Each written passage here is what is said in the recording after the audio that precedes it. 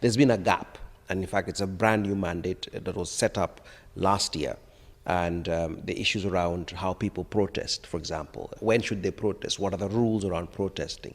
How should states react when people protest? Should there be rules governing protests?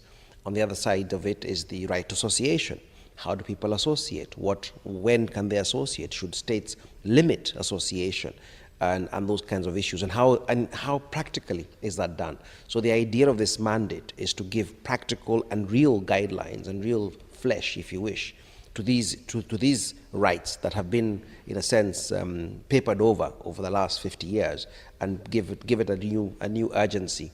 And it comes at a particularly relevant period, actually, because we are now all of us talk about the Arab Spring and what happened in Egypt and Tunisia and Algeria and other countries that are going on, Bahrain and everywhere else. So there's all that going on. But then also there's been lots of history around the protests in Northern Ireland for years and years. The protests that happened around the G7 in Seattle, and how they were dealt with, how the UK does its policing around the protests by students and other people, or how governments in Africa deal with protests when opposition go out in the streets.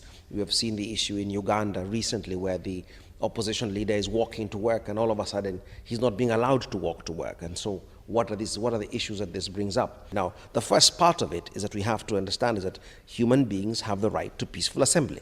That's guaranteed under international law and conventions.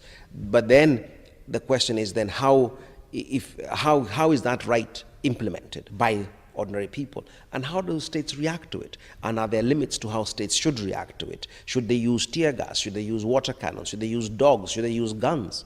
Clearly, shooting into crowds that are peacefully and not armed is clearly illegal. But the Arab Spring is important because it's given the world, in a sense, a new beginning. Again, that you can actually challenge governments without resorting to violence. And I think what the Arab Spring has taught us and should teach us is that there are other ways in which you can challenge government in a peaceful way through protests. And now it's a matter of how you organize those protests, and how it's up to us as the international community to put restrictions and very clear limitations on how states should react to these things. But it's part of the whole process, if you wish, of power